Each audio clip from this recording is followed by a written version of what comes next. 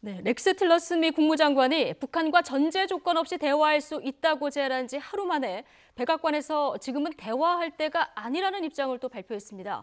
당연히 미국의 대북 정책이 엇박자 양상을 보인다 이런 평가가 나오고 있고요. 그러나 백악관과 국무부 모두 미국의 대북 정책에 아무런 변화가 없다 이렇게 설명하고 있습니다.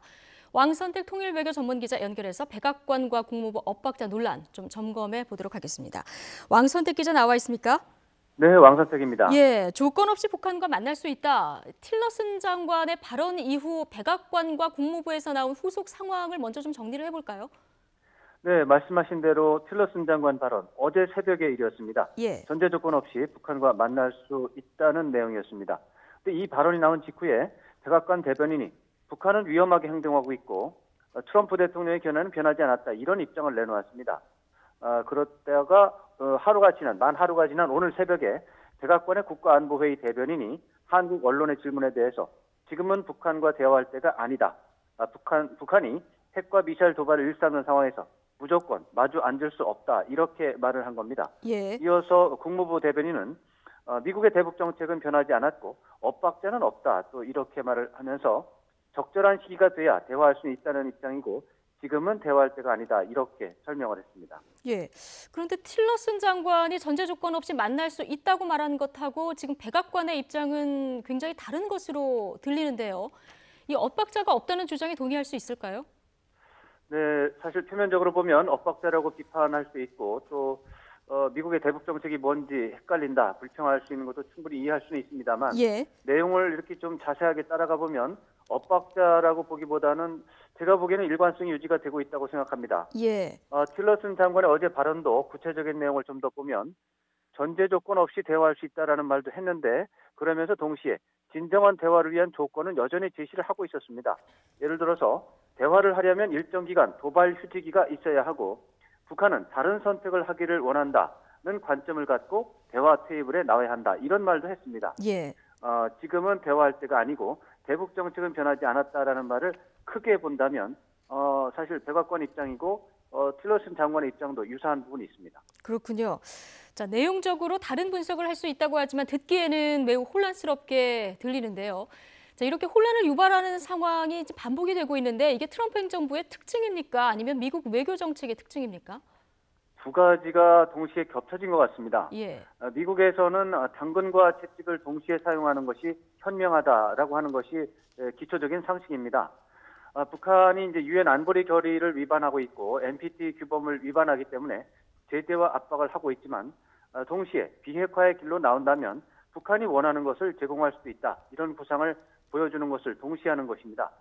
근데 우리나라의 경우는 분단의 당사자로서 북한에 대해서 감정적으로 적대감, 분노 이런 것들이 또 있고 이런 것을 중시하는 진영이 있고 그런 것보다는 이제 분단 해소를 중시하는 그런 것이 선결 과제라고 여기는 진영이 나눠져 있어서 서로가 좀 선명성을 강조하는 부분이 있는데 미국에서는 이 두 가지를 동시에 사용하는 것을 모순으로 여기지 않는 분위기가 있습니다.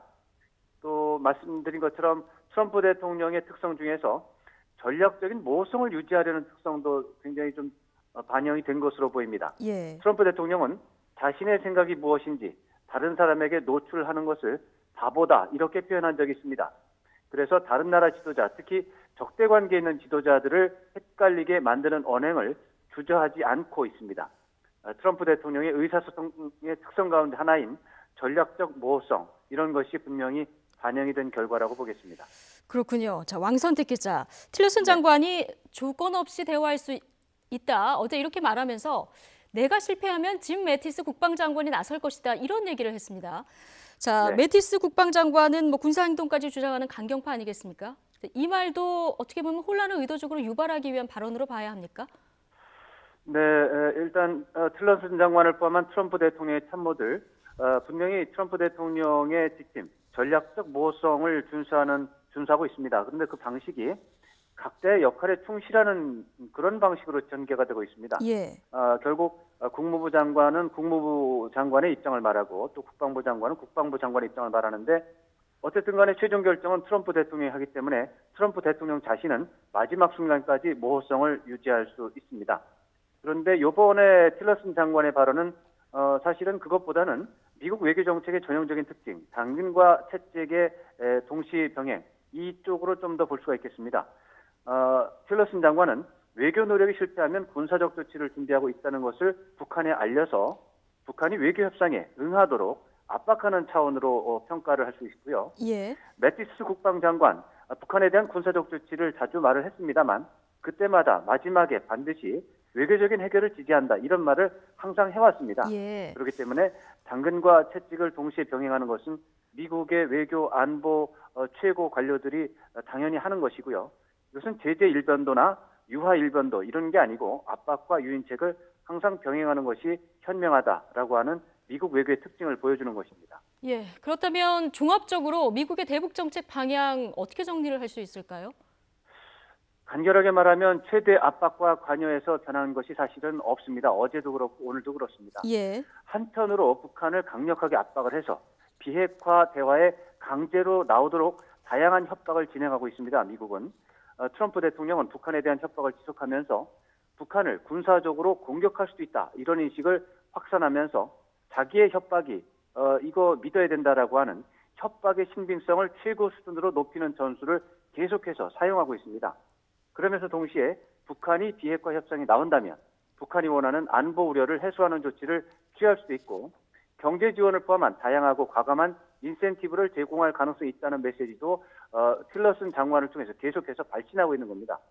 한편으로 북한의 숨통을 조이면서도 동시에 북한에 대한 유인책을 제시하는 것은 모순이나 엇박자가 아니고 북한의 태도 변화를 위해서 비핵화를 위해서 필요한 효과적인 협상 전략으로 인식하는 것입니다.